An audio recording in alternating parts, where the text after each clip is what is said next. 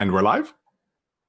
All right, fantastic. Hello, everyone, and welcome to the premiere episode of Grains of Truth, the newly minted Witcher campaign over here on Susanna Grace's lovely channel. I'm your DM this evening, Jason, just Jason, please, on Twitter.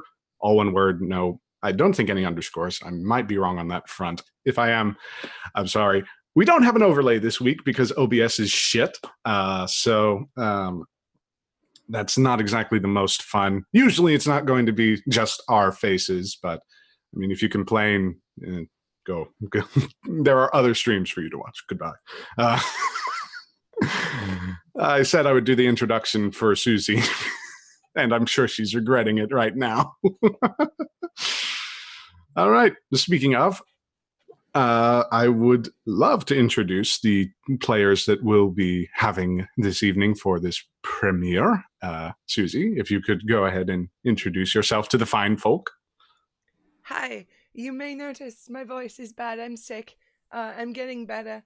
But, hi, I'm Susie, otherwise known as Susanna Grace, and I will be playing Isabelle de Leoncourt, the Nilfgaardian sorceress today, and for this campaign, if she doesn't die. Yes, if she doesn't die. Well, then that'll be a very large caveat, most likely. And to the would Alice to the other side of Susie, potentially, given I don't actually know the overlay. We have Alice. Go ahead and just give the people what they want. Tell us who you are, Alice. I'm Alice, and I don't know what to say. I didn't know I was going to have to do an intro. Well, I'm playing Phelinus, who's an Elven criminal.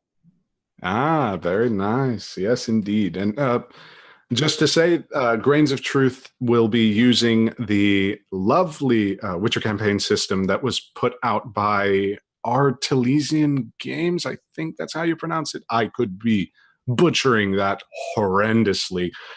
So you'll be seeing shades of the new system this evening. It's more of an introductory session, so we won't be going too headlong into it. For starters, we'll basically be having a bit of an introduction to the characters, short vignettes that kind of illustrate who they are, what they're going through, where they're at this point. And then we'll take a little bit of a break, going into more about the world state, answering any questions that you might have concerning the. I think I might have already said it. The world state, general affairs within the continent, and what exactly has transpired. Without further ado, I can't think of anything to specifically plug except for Corian and Bite Club, the other two shows on this channel that you can freely watch whenever you wish on Susanna Grace's YouTube and can catch live on Monday and alternating Wednesdays at this same time. I believe that Bite Club is off this week or on this week?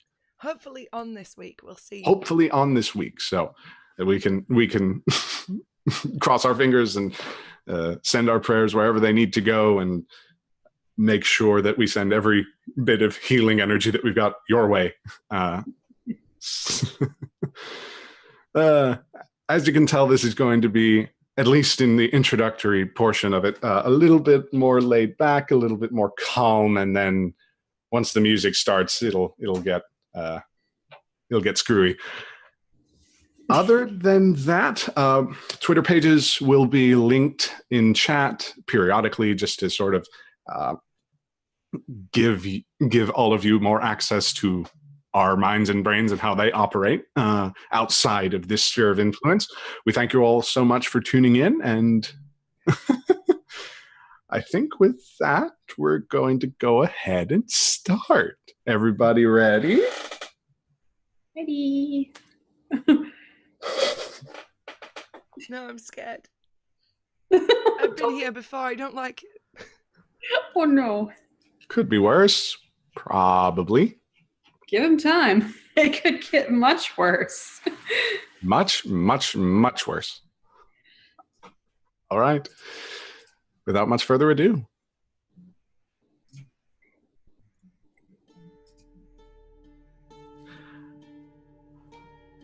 I'll tell you one thing though, Wenda.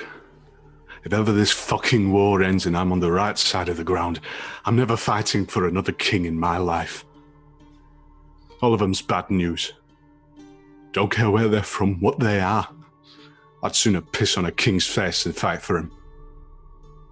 I'd have been proud in the days of Foltest. Of proper northern kings for proper northern folk.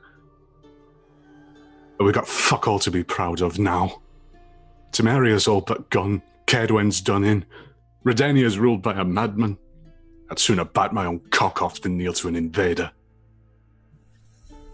Make it worse, you got non-humans of all stripes raining bloody murder down on us just for breathing, and drowners popping out of the pontile like so many fucking lily pads.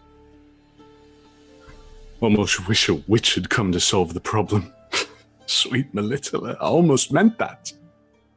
As if the mages weren't enough of a worry, throw a mutant in there for good measure. Don't want it to be like this. I wanted to go where I please, along a path of my own. I'm scared, sis. I'm scared and cold and hungry and so bloody tired. My squad and I, we caught wind of a turncoat named Stringer holed up with some deserter scum at Crow's Perch. Sergeant says we should scout out proper in the light, but we all know they've yet to dig their heels in. Olds are making us desperate enough to give up the ghost for the chance to sleep in a warm fucking bed, so we will. We'll raid the bastards on the morn, try and do right by the lilies once more. Times like this make us all afeard of what tomorrow might hold. Guess it's a good thing so few of us will live to see it. I love you so much, little sister. See that Mum and Dad's headstones are clear. They might be expecting company. An excerpt of confidential correspondence collected by Jan Strukian of the Nilfgaardian Center Army Group, December 1271. Author unknown.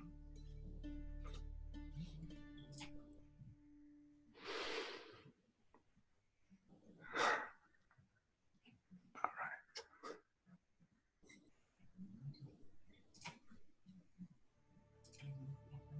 Night falls across Velen, and its darkness comes to swallow the breadth and width of the killing fields. Corpses lie unburied in the moonlight. The day's skirmishes, if these paltry attempts at warfare could be called such, provide a feast for carrion crow and necrophage alike. The wind howls bitterly. The trees rustle their cold reply. Winter's hand stretches out over no man's land, chilling all within its grasp. If the wild hunt were to slaughter their way into your beds tonight, it would come as no surprise. After all, when the moon is full and the weather foul, King Eredin and his retinue gallop across the starry sky atop steeds of ice, seeking to bring about the end of all things. At least, that's what the peasant folk tell their children. And there couldn't be a grain of truth to that fairy tale. But there? You shudder once more against the cold as sleep deigns to overtake you. Your waking moments grow short, and the cousin of death will soon shroud you in dreams. Before falling asleep, however, Isabelle. Our vision traipses across Novigrad's skyline for but a moment before passing through the Oxenfurt Gate. After scampering along the ice-hardened streets betwixt a gaggle of young ruffians free from the clutches of Marabella and her school for tots, we come to the front door of the Nowhere, an inn, much like any other, and a place favored by entrepreneurs of a, certain persuasion. A thick-haired, ruddy-skinned patron, Emelina, as you've come to know her, steels herself from the cold, shivering despite her warm attire. She scatters the smoldering embers of her pipeweed across the snowy ground just outside the entryway. The innkeep, a round-faced woman of minimal tact, sneers in her direction as she does so. You hear footsteps and weary half-apologies outside your door before your fellow guest returns to her respective room, just across the hallway from yours. Now, only Laurent's snoring and the soft light of a few scattered candles keep you company. Looking around at the scene, is there anything you would wish to meditate upon and or do before retiring? I feel like I would be silently stewing that this was my lot, that I am here, across from people that are throwing pipeweed and being shitty at each other, amongst these peasants. This is not who I am. This is not where I'm from. This is unfair. Indeed. The weeks of travel have not been kind to you or your companion. Though he is of noble spirit and even more noble intention, Laurent has shunned finery, an unfortunate characteristic of his, especially considering your accustomation to it.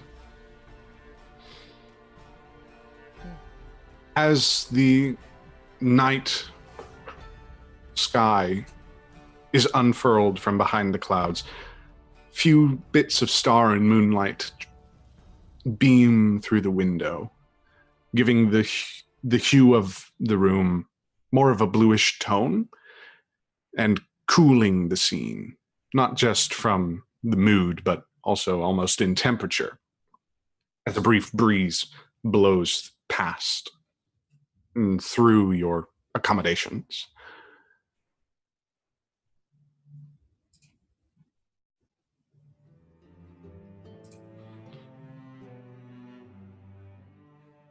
As you look, however, Laurent stirs from his sleep for but a moment. He's not consciously awake, at least not from what you see. But he seems to be aware, present in the moment with you. This is all but confirmed when he sighs kind of softly and mutters something. Need you to roll an awareness check for me. Oh god. Oh, first roll of the system. So it's First roll of the system. D10. It's going to be, yes, a D10 with the base statistic associated with awareness and whatever points you have in awareness added onto it. Oh boy, that's good. Okay. That would be a 13. Okay. It's pretty easy to pick up. It's sort of a muddled half apology in the native tongue of Nilfgaard, actually. He's foregone the Toussaint that you are so accustomed to, and he basically says, sorry, I could not rent you something more spectacular. I'll just sort of like smooth his hair and like pat his face a little bit and be like, shh, go back to sleep. It's rough. His skin and hair in the travel has become much more chapped and sun-scorched. It's a very strange dichotomy, especially when traveling in winter on the continent. Mm-hmm. You were used to the concept of winter down in the heart of Nilfgaard, but I've heard of winter. You've heard of winter. You know it happens, and there are certain months of the year that are somewhat colder. But as you sort of look out the window and see the ice that clings to the base of the cobblestones, you get the sense that, metaphorically speaking in this case, you're not in Kansas anymore.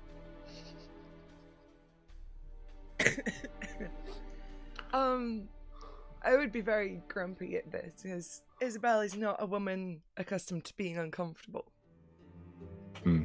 But I would go and I would grab my cloak which is a very fancy cloak. And I Of would course. throw that on top of the sheets as well, and just burrow right into Laurent. Indeed. Laurent does not resent this new addition to the bed, both with the cloak and with your presence. The past few years with him, though filled with hardship, considering, well, who you are, what you are more specifically, and who and what he is, those concerns have tended to drift in and out, and luckily they are vacant from your presence this evening. He wraps a strong arm around you and pulls you close, sighing once more, not in exasperation now, but relief. I would my grumpy mood would abate a little bit before I just stew a little bit more about how it's cold and horrible, and then fall asleep. Indeed. Sleep overtakes you, your mind becomes more cloudy, and mercifully it is still. For a time. But we'll return to that.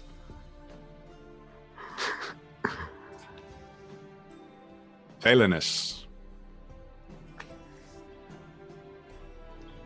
You there? Yeah.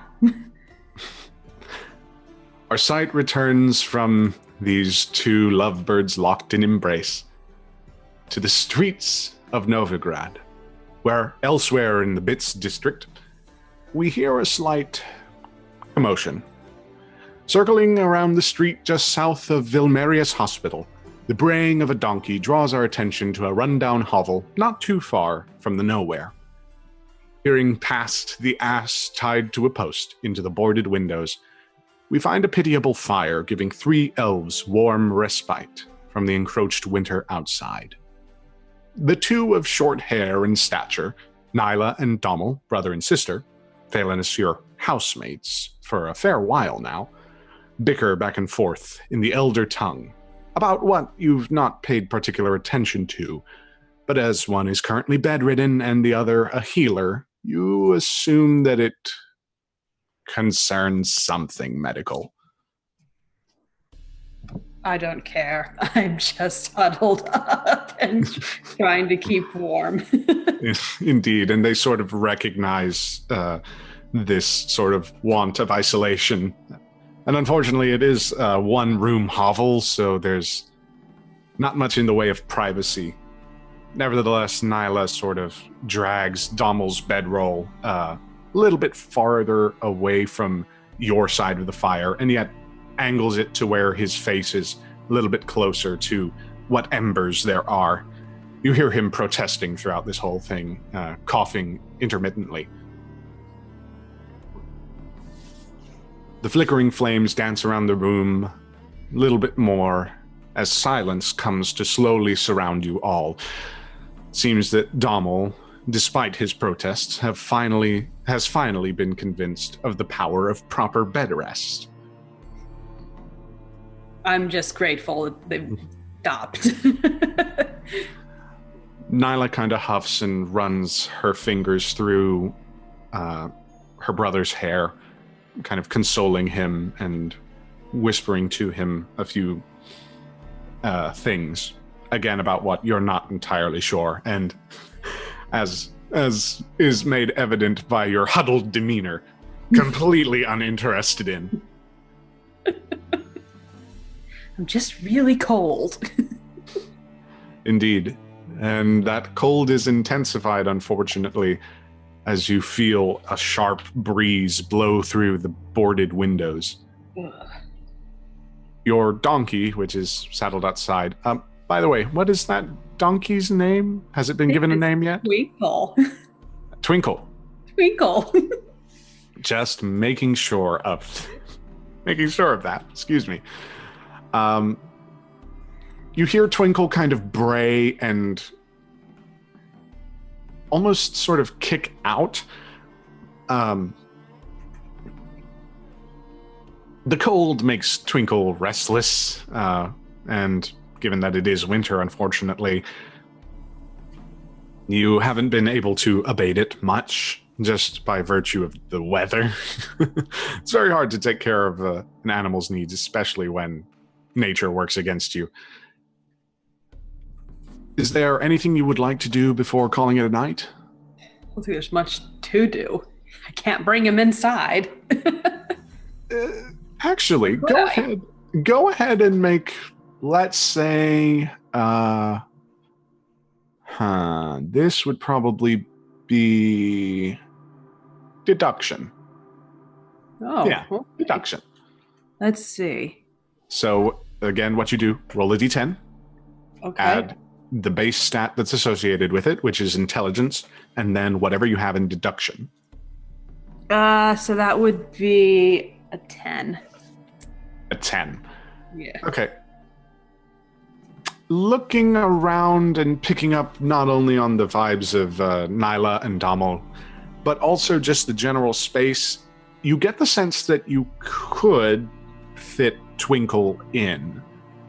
Whether or not they would fit comfortably is another matter entirely. And indeed, as you see Nyla, as you see from across the fire, Nyla kind of narrows her eyes at you in an indication of this would probably be a separate roll. Go ahead and do human perception. Whoa, okay. Yeah, human perception, which is empathy. Empathy, okay. Where the heck is that? Oh, okay. So just a straight empathy roll? Human perception if you have any points in that skill. Okay, so that would be a 14. A 14. What at first looks like a sort of condemning look, like almost mad, soon gives way to a very deep-seated weariness. You get the sense that whatever Nyla is going through, there's a whole lot on her mind, and a donkey would not exactly be welcome to the equation. I decide to leave Twinkle outside.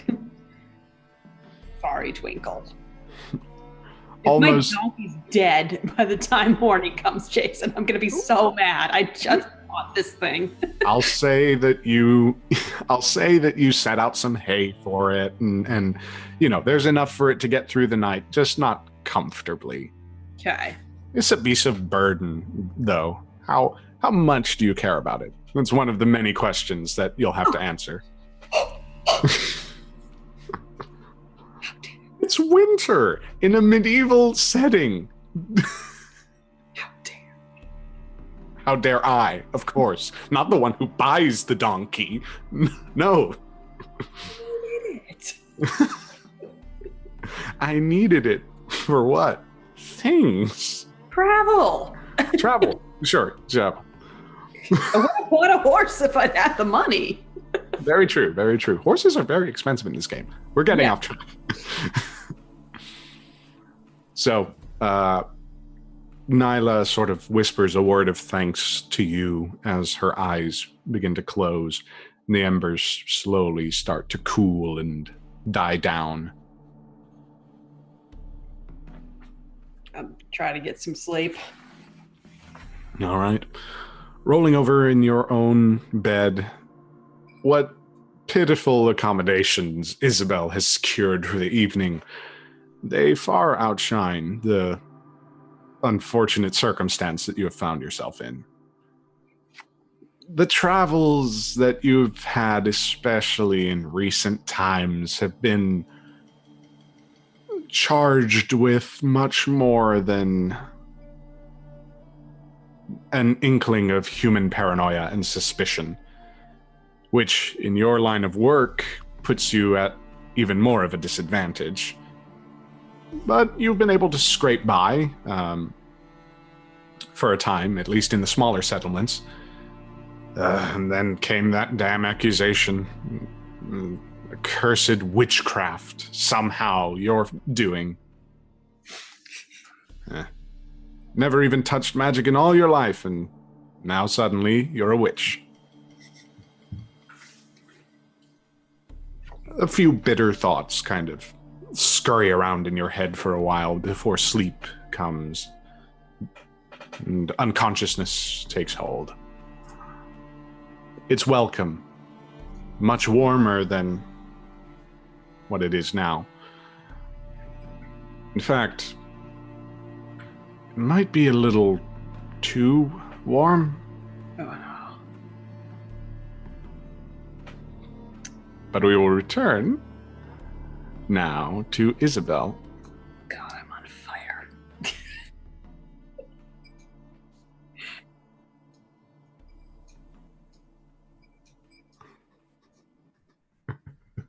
See, I hate that smile. That smile always means bad things for me. You gave me this backstory. What do you expect? I'm sick. Be nice. You're sick. Be nice. Yeah. Uh-huh. Sure. Uh-oh. I think we've lost Alice. Oh, no. Oh. Nope. Your picture's for... Oh, no, there you are. Okay. I'm here. You're there. It's all good. We're okay.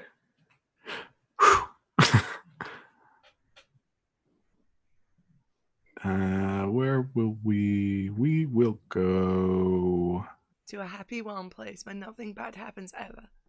Warm is a normal warm, where you're not possibly on fire. Yeah, a good, normal, healthy warm, not a roasting to death warm. This isn't good. Yeah, this isn't the music of that place you were describing, is it? No, it's not.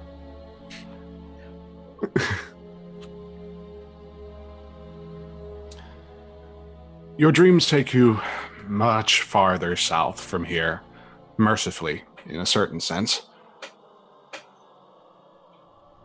Back to a place that you are eternally familiar with. Beauville Hall. The family homestead.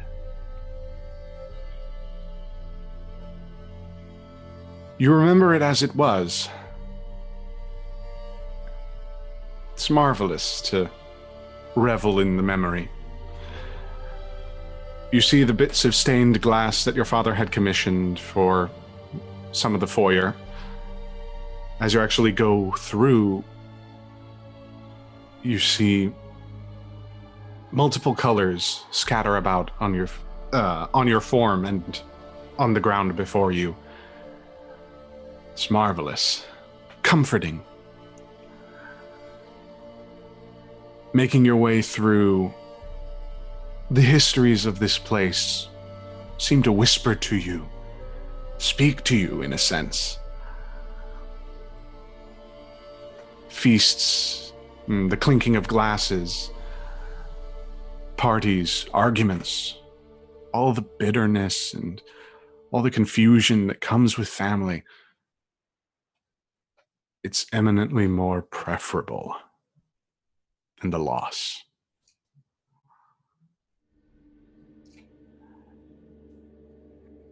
A cold wind rushes through you, as if it pierces through the skin and bone and sinew, and then ignites. As you look to your left and to your right, brilliant orange flames begin to wreathe the wood structure of this place. It's burning, and you're here. You blink for but a moment, and you're back to where you started, outside the foyer. The stained glass is shattered. The pillars of the foyer have collapsed, under their own weight, scattered into ash. And the estate, your estate, your home, currently is going up in flames. You'd had it described to you. You weren't there.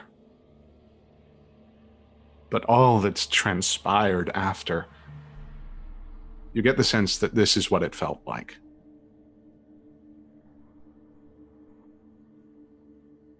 The streets of streets that lay outside Gwyson Hall exposed you to much, but never to this pain. Never to this immense and total bereavement. The sounds of the feast, the arguments, the confusion turned to anguished screams. They pester you.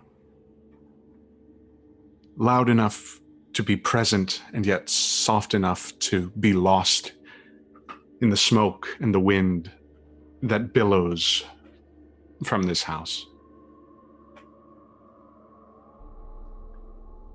You blink once more and find naught but ash remains. A few pieces of the hall still stand, but they are only fragments of a memory.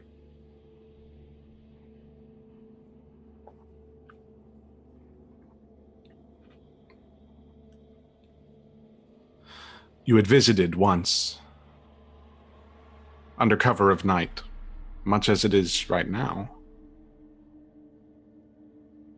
As you look around, is there anything you would wish to find?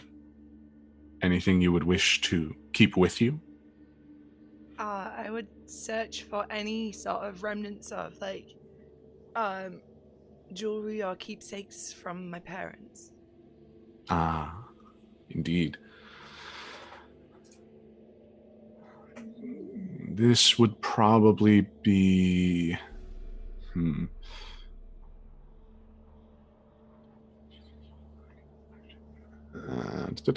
Just looking through all that is here.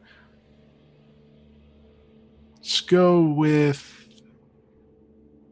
Yeah, another deduction.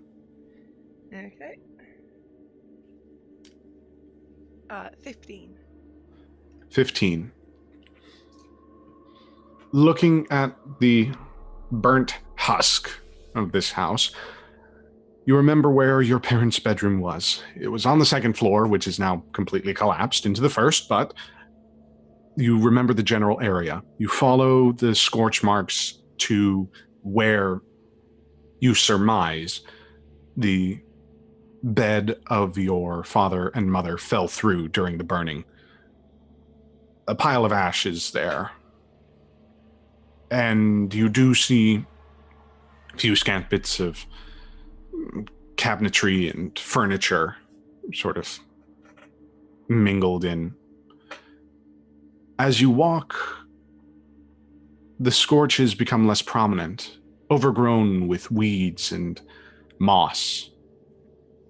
Time has eaten away at this place, as it had when you had visited so long ago, after you had learned of what truly happened. You breathe for a moment.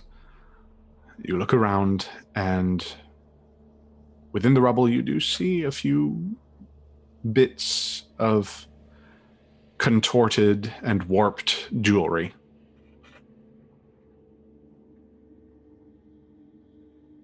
Nothing too spectacular. I'd still take them because it's something. Within them you find a silver locket, which is busted at the hinges, scorched pretty heavily, and need you to make a...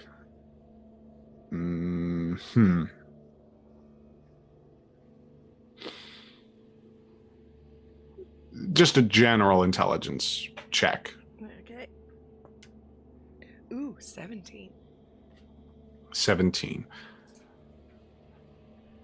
You remember this. 'Twas the locket that your mother wore. It contained a picture of the two eldest children. Your brothers. They were her pride and joy for a time. The first of many, of course. But The portraits are burned away. Along with it, you see a small chain of gold. Would be brilliant if it had not been so damaged. Indeed, the latching of the chain itself has been lost, crushed, or otherwise, rendered useless. With that same roll, you know this is your father's chain. He wore it around his neck at times, especially when he was about to leave, go off on the orders of Queen Claudoberta. You hold them in your hand, you hold them close and tight, and you feel them crumble into ash.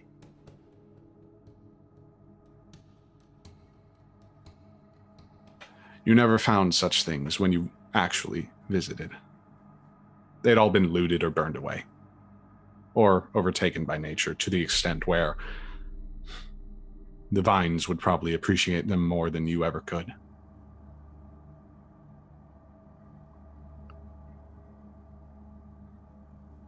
Soot stains your hand for but a moment before you feel the tears begin to fall. They are cold and bitter.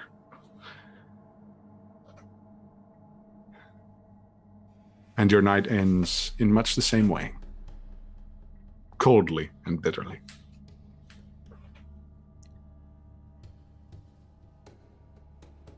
Okay. Not a fun time, huh? That's nice and uplifting. I think I'd rather have the gravy dreams.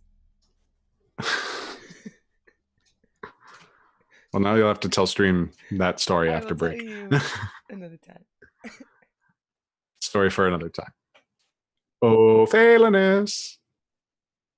Yes.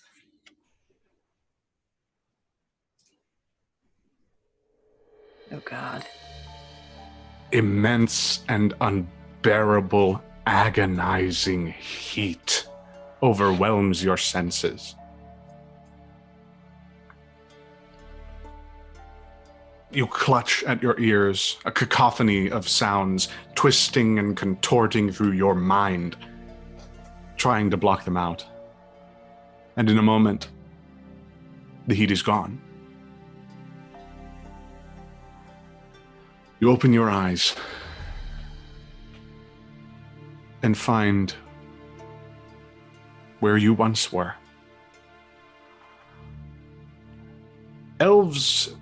Elven settlements outside of Dol Blathana are few and far between, and usually they're harangued by a human presence that is ever so difficult to shake. But your parents and their friends, they'd found a refuge. It was marvelous, near enough to the woods to hunt or fish for whatever they wished. And indeed, as you see, the architecture of the entire village was plain, yes, but well enough for all to thrive, to live comfortably, to have a life separate from kings and men who wish to control them. You ventured out in the woods often. It was a meditative place, marvelous. And as you look, you notice something. Your vision is slightly changed. There's a depth to everything that you see now. You look to your hands, you look to your feet, and you are younger. But you are also overjoyed, happy. And as you run along through the woods, you feel a freedom that you had not felt in some time.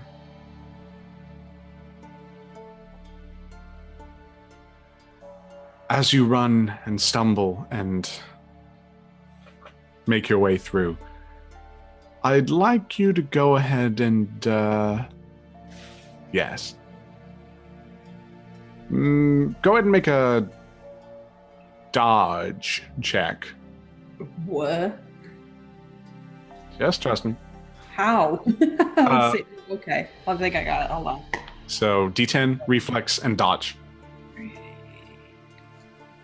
So it's a 10. Unfortunately. You catch yourself just in the nick of time before you see a branch heading straight along into your face.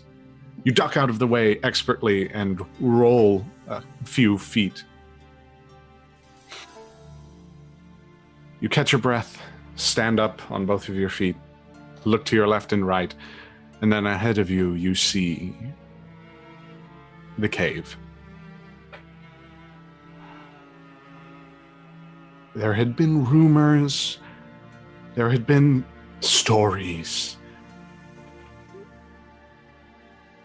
that the history of your people was there. You suspect that was part of the reason why your father settled here. Sure, he might not have agreed with some of the more elitist of Dolablathana, and perhaps he was an idealist, thinking that elves could settle in the human world peaceably and with minimal conflict. But he never, ever lost his love of history. In a sense, he instilled in you a curiosity for what was. Your first steps into the cave were tentative.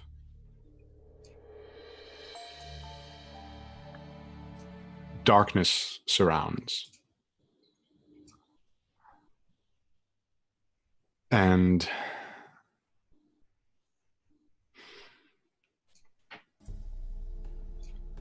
as you walk, you don't hear from where, but a low growl escapes from somewhere, from something's lips.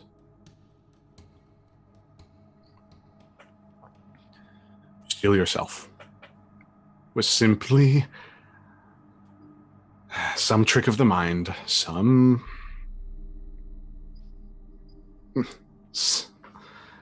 fear that's creeping up on you in the dark. I need you to roll a courage check. Boy. That's going to be D10 plus will plus courage. Okay. Oh, God.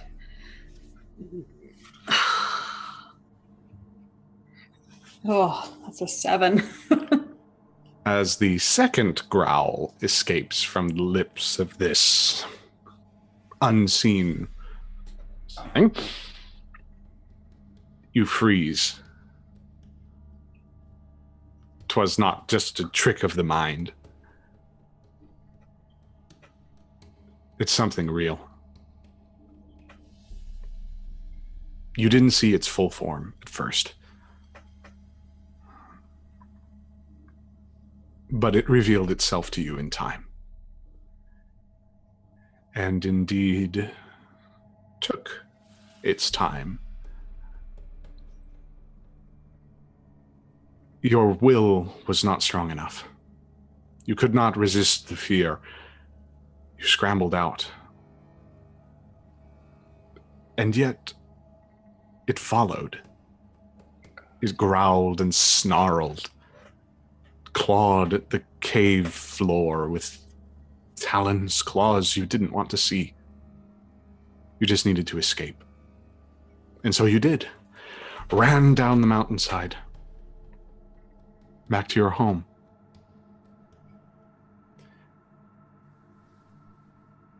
You don't remember exactly what you said, but your father looked to you in concern.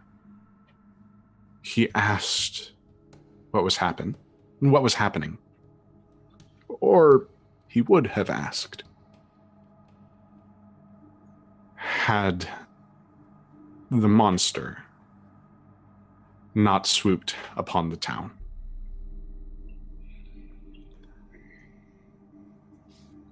It was cacophonous, chaos.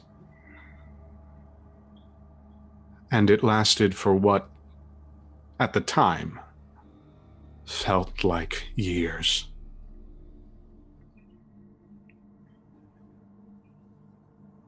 The house was on fire. Your father in the blazes. Your mother and everyone else in your family scattered to the winds. And as you tried to escape, you barreled through the door and felt a piece of burning timber scorch away your sight.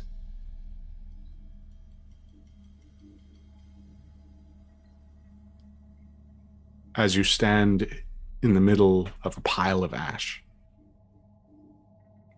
you knew this place, loved this place.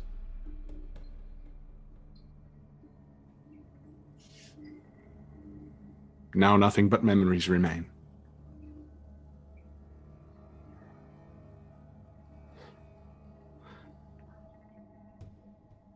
Your vision has changed. Everything's flat now. Has no dimension. Yet you see it clearly. And from that anguish, you feel the rage. It builds, hardens, and solidifies to a single point in your chest. As you feel the beat of the wings fly over the treetops and to parts unknown.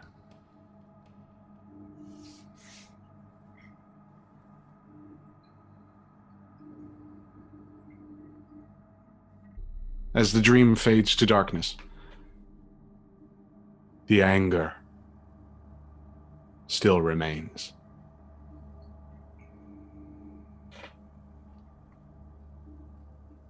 Your throat is tight when you wake up on the morn.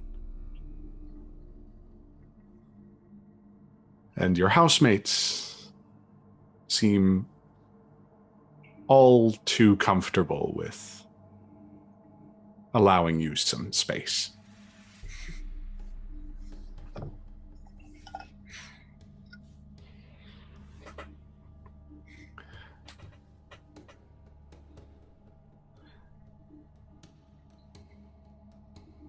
As this happens, there's a knock at the door. Nyla looks, you look as well, and trepidation fills the air before we cut back to Isabelle.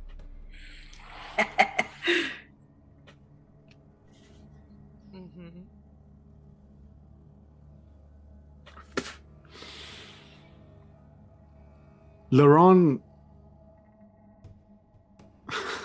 this is going to sound terribly awkward. Laurent has seen you sleep beside him many times. He's familiar, not to the extent to which it affects you, but how certain nights have been more restless than others. He doesn't move as you stir from sleep, even though you notice he is fully awake.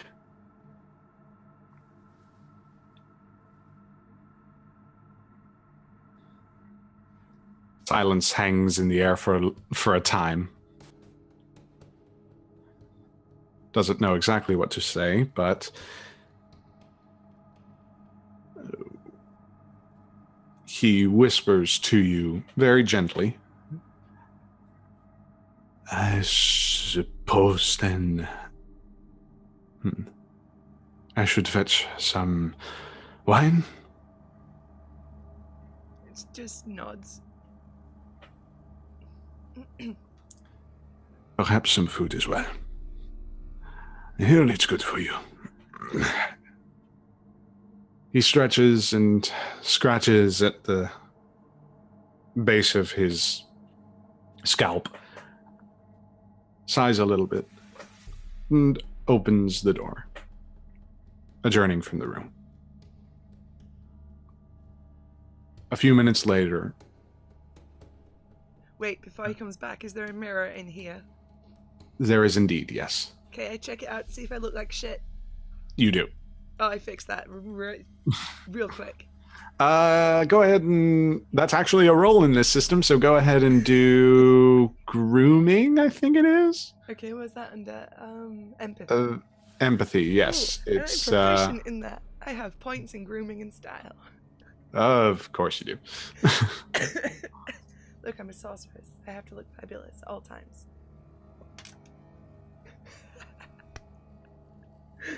I got a 23. You would. Of course. Sorry. It's... if Vogue existed on the continent at this time, you'd be on the cover. Of course. It would be marvelous, and it would be, of course, the most high art and ostensibly like high culture. Oh boy. As Laurent returns, after about, well, a little bit longer than you figured that it would, he actually... Yeah, I'm going to make that a roll for him. So let's go. That's going to be... Okay, that plus that. Okay. He is in danger of dropping the tray of food, wine, and... excuse me. And what seems to be paper nestled before him. And he kind of stops, and you see a rosy red blush kind of fill his cheeks and then quickly fade before he stills himself, sets it on the bedside table, and then just kind of breathlessly stares at you for a good solid minute. Yes? It's had to spoil the mood at the minute. Why?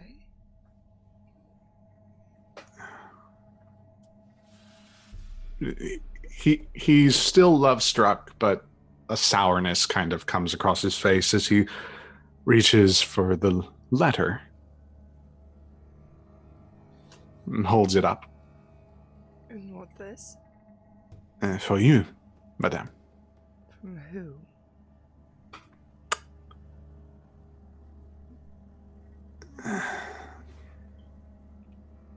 Is it wrong to say I don't know? No, but it's a bit cryptic. Can I see it? He hands it off. And as you open the letter...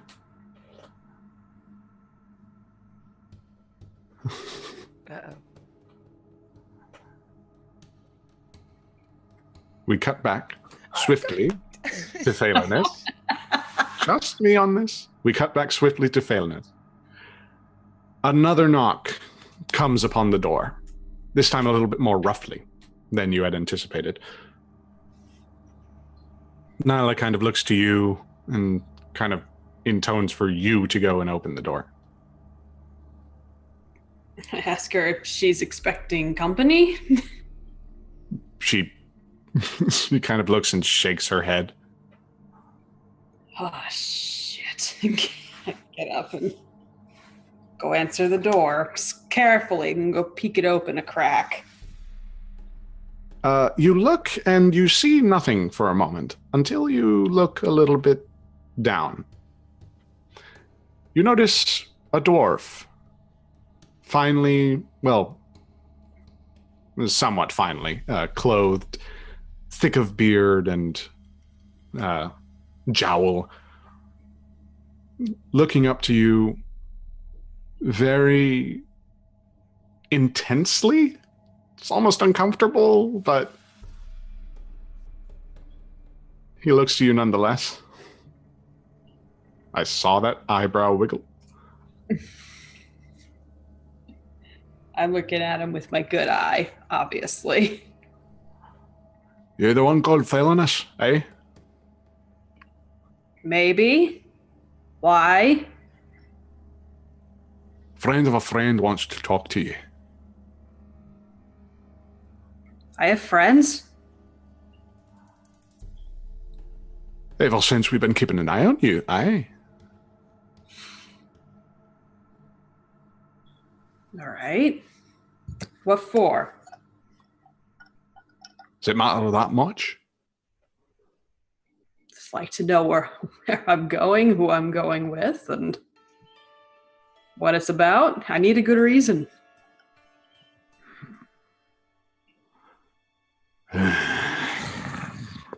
The dwarf kind of grumbles. This is why I don't talk to people.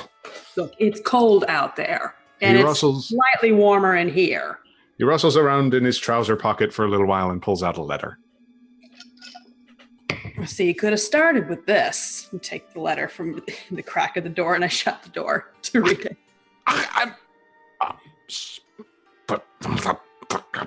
You hear, like, grumbling and just very viciously angry kind of elder speech emerge from this dwarf. He kind of looks to the donkey and jeers at it. Don't touch my ass, I yell through the door. I'm not. Wake up out of bed for this sort of thing. Again, just a litany of curses arises from him. I'm just thoroughly amused that I've wrecked this person's day. Indeed you are. The letter. Your letters are somewhat identical. It's a summons of a sort. Not in the sense of anything official, of course. Especially given your line of work, Phelanus. If you knew that you were in trouble, trust me, there would be no summons. There would only be guards and spear tips pointed at your back.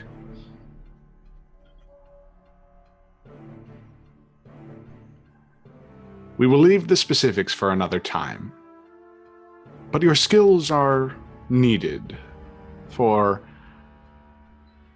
a matter that is very pertinent. Not necessarily to Novigrad, but to the individual who impresses upon you and asks for your presence. This Erst Mateo, whoever they are, requests that you meet him, or meet them, at the Golden Sturgeon. It's nearer to the docks of Novigrad. You know it well enough. Never been there, of course, for reasons of visibility in both of your cases.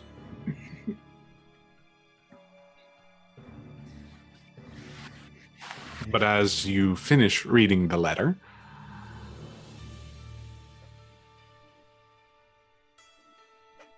you feel the sense that, again, actually quite literally in this case, this may be an offer you can't exactly refuse.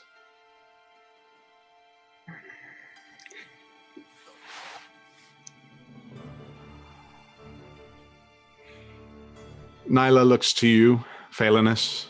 Laurent kind of looks to you, Isabelle, knowingly. Seems to have read the letter before handing it off to you.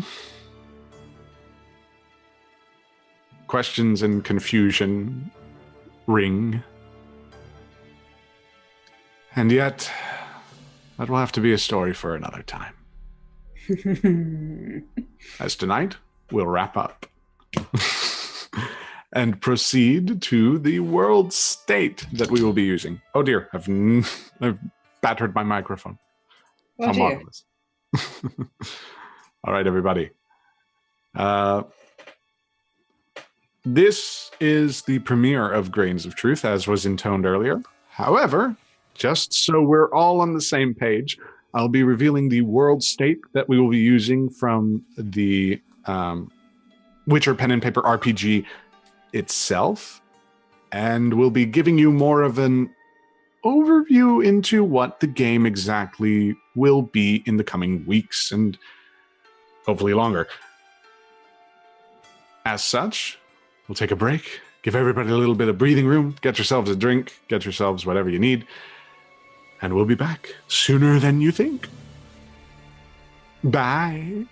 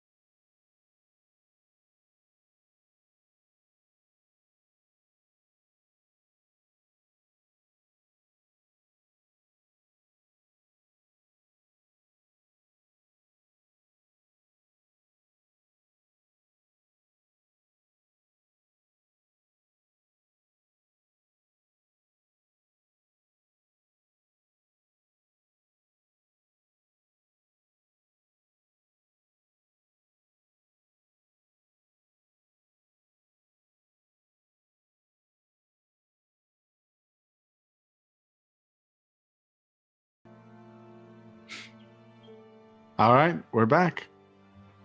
Thank you all so much, everybody, for sticking around.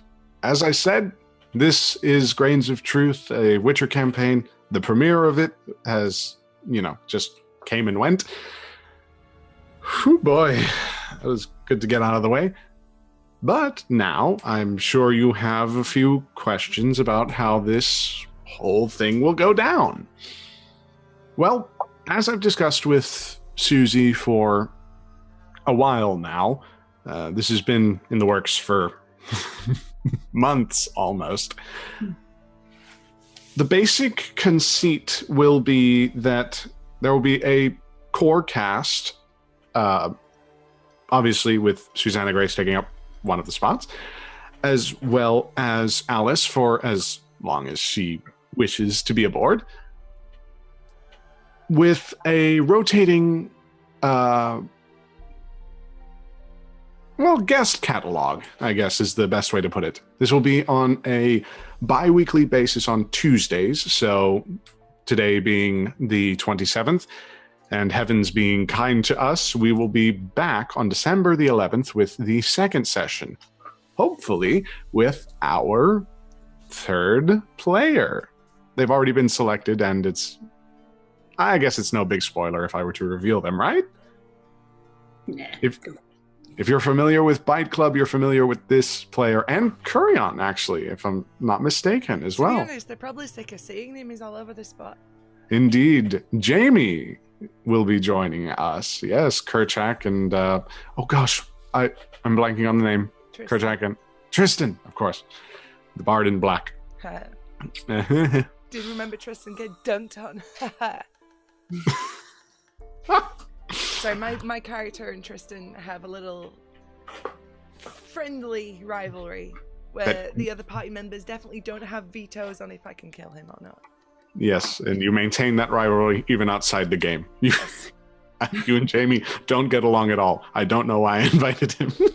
We No. That's completely false. Marvelous player, marvelous human being, and he will be playing, I can confirm, a very interesting character that I will not reveal to the players until such time as Jamie comes on the show. So I've just teased a marvelous character that none of you will get to see for better part of 2 weeks. I'm so good at streaming. But if you would like you gotta keep them hungry, Yeah. Exactly. Well, we'll definitely be having fun with that. And as I said, you can join us hopefully on December the 11th, barring any catastrophe or complications from the holiday season. So, as the campaign progresses, there will be other guests that come aboard. Jamie might leave for a while and come back. Alice may do the same. I will at some point, yeah. At some point. Maybe in April. I mean, so, yeah. That may be something really that comes up. Thing. It's not. It's. I mean, I could do it from the delivery room. I just don't think anyone would appreciate it. So, and Twitch included at that point. I would like to keep my channel, please and thank you. Yeah, I don't think you can live stream a birth on Twitch. I don't know if that's against TOS, but I'll venture a guess and say yes. Yes. Additionally, as I said in the beginning of this, OBS was being an asshole earlier, so you don't get the full production value in this premiere.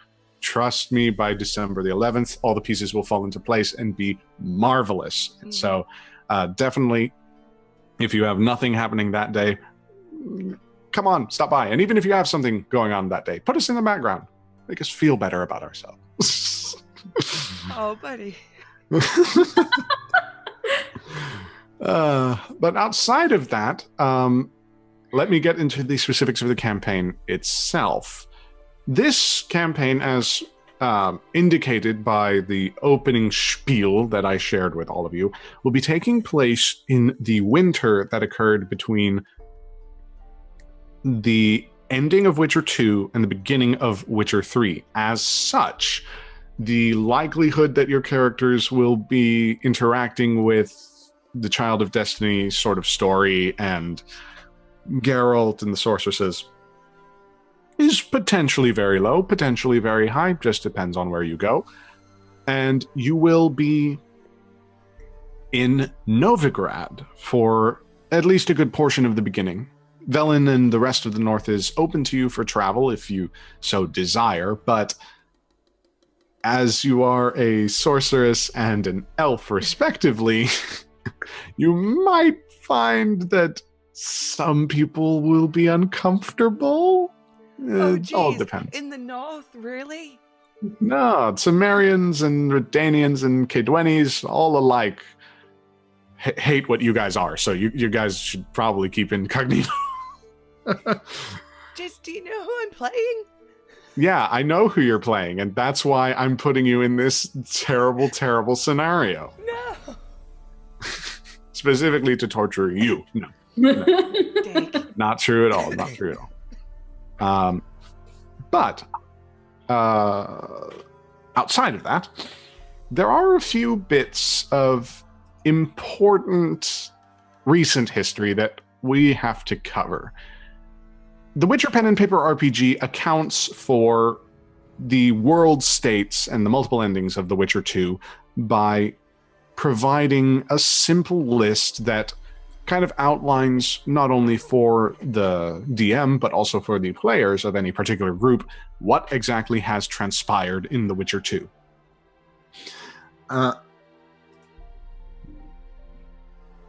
The main things that are decided upon are the decisive regions and what happened in those regions, as well as the decisive people and, of course, what happened to those people. The major decisions that occur throughout The Witcher 2 are accounted for in this game. So we begin with the fate of Vergen. Vergen, if you remember from The Witcher 2, and those of you not versed in The Witcher, I understand this is kind of a lot of things to throw at you at once. So we'll take it one step at a time. Vergen is a small city in Upper Edirne, which is this portion that's south of Temeria, south of Novigrad, and was recently the site of warfare and contention between not only Edirne, the country itself, and Kaedwen, which we'll get to in a second, but also a third party, an elder folk, meaning elf and dwarf alliance, led by a woman named Saskia, otherwise known as the Virgin of Edirne. King Henselt of Kaedwen laid siege to the city of Vergen, hoping to take back northern Edirne, which was once part of Kaedwen. This siege determines the power balance of the region and is one of the most important events in the last year, even reaching in the public consciousness to Novigrad. So, the main deciding factors that determine sort of what state Edirne is in is, did Saskia win the siege, and did King Henselt of Kaedwen die? In terms of Saskia winning the siege in this particular world, yes, Saskia did indeed win the siege of Vergen. The Kaedweni forces were repelled, and the Pontar Valley remains a free and independent state under Saskia of Edirne. In the current timeline, as it is right now, the remaining forces of Saskia's army are desperately battling against the Nilfgaardians. Fighting has slowed in winter, and they are fighting valiantly, but without the help of Eoverth and the Scoia'tael Commando, who left some months ago for unknown reasons, they cannot hold the valley for very long. Edirne is very much still a site of bloodshed and warfare, even in the middle of winter, and there's this overwhelming sense that it will soon be subsumed within the Empire of Nilfgaard. Now we have to determine whether or not King Henselt of Kaedwen actually died. And the answer is, because I hated the character, yes. King Henselt excuse me. King Henselt lived through the siege of Vergen. However, Geralt of Rivia refused to stay the hand of Vernon Roche, and so King Henselt was assassinated for his crimes against the Temerian Blue Stripes. Cadwen mourns its lost leader, becoming a shade of what it once was. The Cadweni have since been rallied by the Winter War, but they are far short of a unified army. And rumor has it that Radovid V of Redania, such a marvelous character, will be soon enough at least, ruler of Cadwen as well as Redania. After this, after, of course, the small city of Vergen, we come to the larger region that it inhabits, that being the fate of Adirn. Last year, Letho of Gullet, a Witcher of the School of the Viper, and the Kingslayers, again, Witchers from the School of the Viper that he was in cahoots with, assassinated King Demavend of Adirn. This left Adirn with one remaining legitimate heir, Prince Stennis. He wound up in Vergen during the siege, and in an attempt to unify Adirn, and because he's a terrible person, he poisoned the leader of the Vergen rebels, Saskia. Depending upon his fate, Adirn will either survive or fall into madness. So the fate of Adirn basically rests upon Prince Stennis. And unfortunately, he was lynched in Vergen for poisoning Saskia of Adirn. The region is therefore left with no living heir and falls into chaos and anarchy. With no leader, even Saskia could not save the entire region, to keep the peace. Famine, violence, and plague run rampant through the land. In the current timeline, Adirn is a wasteland ravaged by war and many other ailments. Nilfgaard is in the process of cleansing the area with fire and the sword. This is medieval times, so, trauma centers and antibiotics were not options at the time. It's medieval times, so there's food and tonies? Ooh. I'm sure in certain regions there are. But here it just means that everything sucks. With the Blue Knight. Indeed. Then, after Adirn, we come to the other major player in the region. That being the fate of Temeria. All good? Okay. In the very few months since the siege of La Valette Castle, a major stronghold within Temeria, it has been in turmoil, with many noble families vying for the throne. The only solution would be the return of Anais La Valette, King Foltest's only viable heir. King Foltest was assassinated by Letho of Gullet. It's really, really complicated. Who has been kidnapped by Nilfgaardians. At Loch Muin, which is, again, another entirely different thing. Whether the rescued Anais goes to Temerian forces or their Redanian neighbors determines Temeria's status during the Third Nilfgaardian War. So there are two possibilities that that can transpire, and they're all dependent upon the question of, was Anais saved? The answer for this timeline was that yes, although kidnapped by Nilfgaardians in the beginning, Temeria's future is secured with her rescue. The question then becomes, where is she during the events of the current timeline? Specifically, who did Anais go with? Vernon Roche or Radovid of Redania? This personally was a tough decision for me, but even though I would have loved the drama that might have transpired, Anais went with Vernon Roche and John Natalis after being saved from the Nilfgaardians. She is spirited away to an unknown location to await the end of the war when she can return to Temeria. There is a rumor that she's been kept safe in Kovir and Povis, or possibly even beyond the Dragon Mountains. But all of this is unsubstantiated, and for all intents and purposes, Temeria is without an heir. And we saw how that turned out for Adirn. After that point comes the question of the fate of the mages.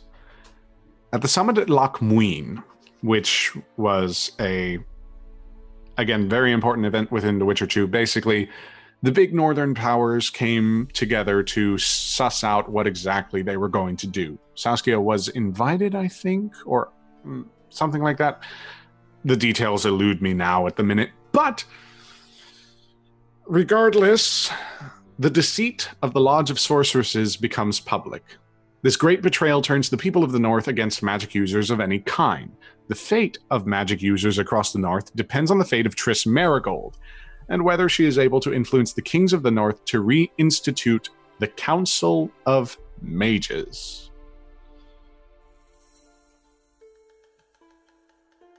This was, again, kind of a tough one for me to decide, but in the end, yes, Triss Merigold was saved from the Nilfgaardians who had, again, kidnapped her because I guess that's just what Nilfgaard does, by Geralt of Rivia. She works hard to rebuild the Council of Mages. This attempt to rein in the mages of the North narrows the rift between the magic users and common folk. However, these attempts have only delayed things. Radovid of Redania's witch hunts have since made mages public enemy number one once more. Just can't catch a break sometimes. Outside of these decisive regions, we come to the decisive people of the Witcher's universe.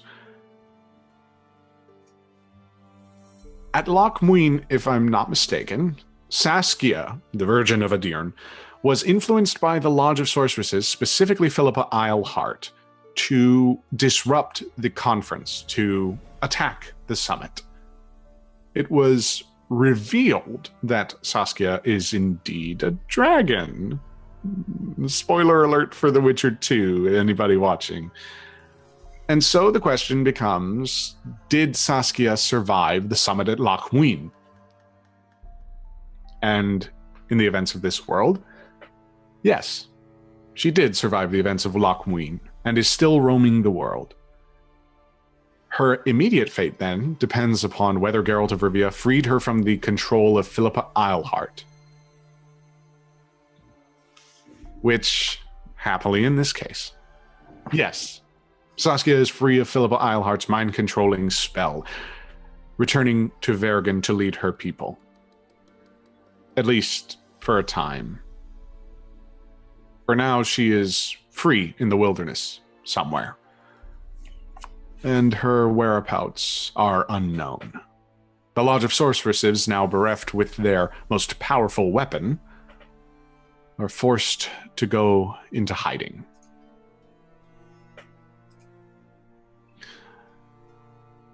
Another one was Sheila de Tanserville. Is she alive or not? I made that pretty simple. Yes, Sheila de Tanserville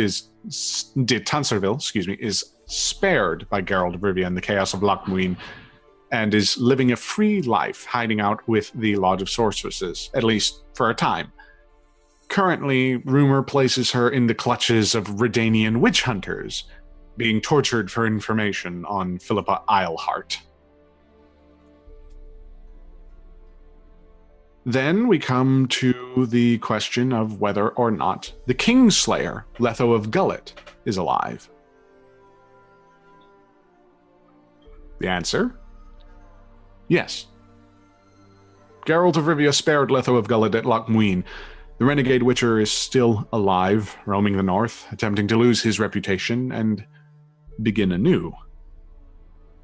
If only it weren't for the Emperor of Nilfgaard, Emir Var Emrys, who has sent many Nilfgaardian agents to kill him. tie up loose ends, as it were. 2 more players within the wider scheme of the world remain. Arian Lavalette and Thaler.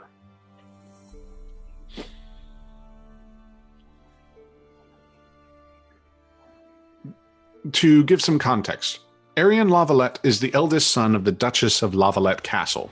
If you remember, Lavalette Castle was in Temeria, being sieged, blah, blah, blah. He led the forces of the castle against a siege by King Foltest of Temeria, who had come back to take his children. Witcher 2 was very complicated. At the end of the siege, Arian Lavalette is either killed or spared by Geralt of Rivia.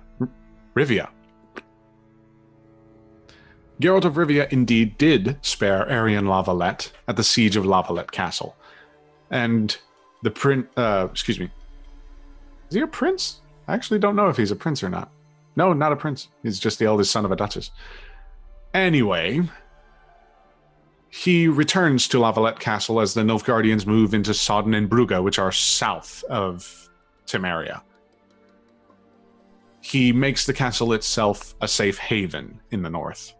As much a safe haven it can be, of course.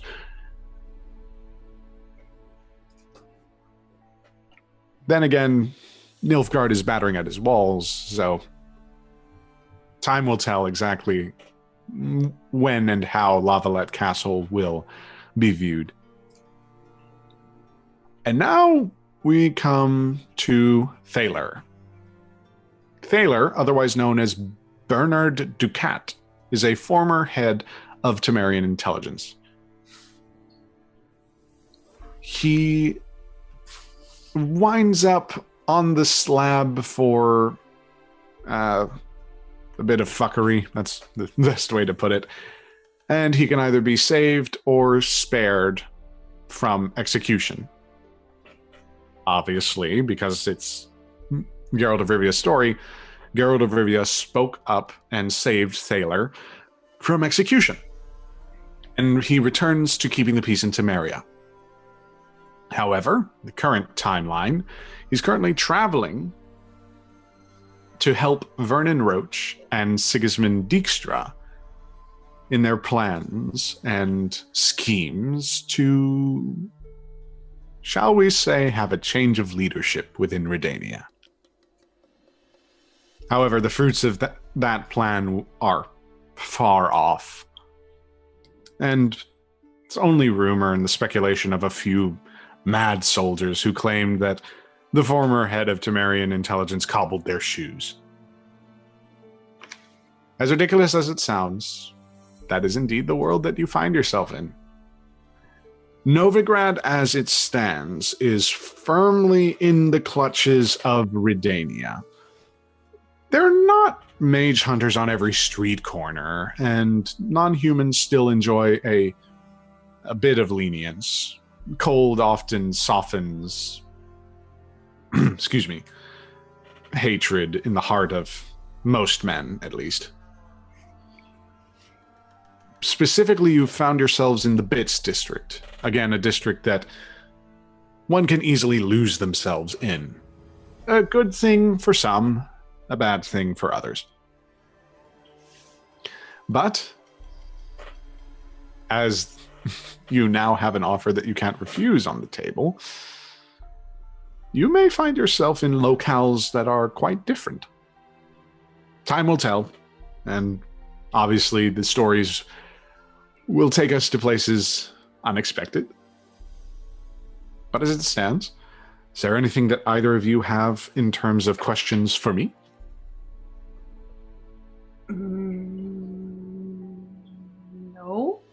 No. All right. That's fine. Know what questions to ask. Yeah, that was a pretty good coverage of everything, like the world as it is. Yeah, how the campaign's going to operate. Yeah.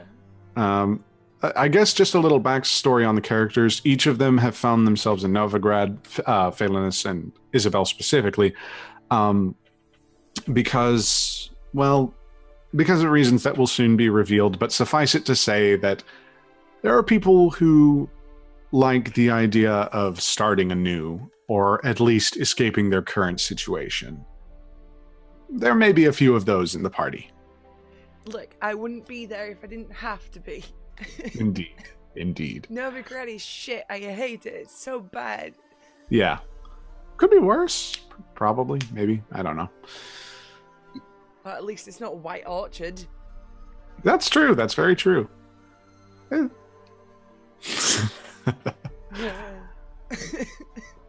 It's a marvelous thing, though. And I'm very much looking forward to what this world has in store. Don't know exactly how long exactly this whole shindig will go down, but however long it does, I'll be thankful for every moment, and I'll be thankful for everyone tuning in and basically giving us an audience. Thank you. Yes, indeed. It's gonna be fun. Yeah, it's gonna be great. All right. I really can't think of anything else to touch upon. Is there any questions, burning or otherwise, that y'all have to me in terms of anything? Are we gonna meet Tress Marigold? And if so, can I punch her in the face?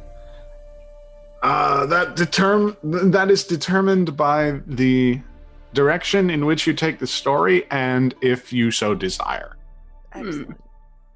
I think she's saying, give me every option possible that would lead me to that path. Nothing's off the table in this case. I would like to smooch Yennefer and punch Triss. Thank you. That is all I want from this game. I think Yennefer is elsewhere, but you can get 1 out of 2. Dang it. It's 50% of your ideal game.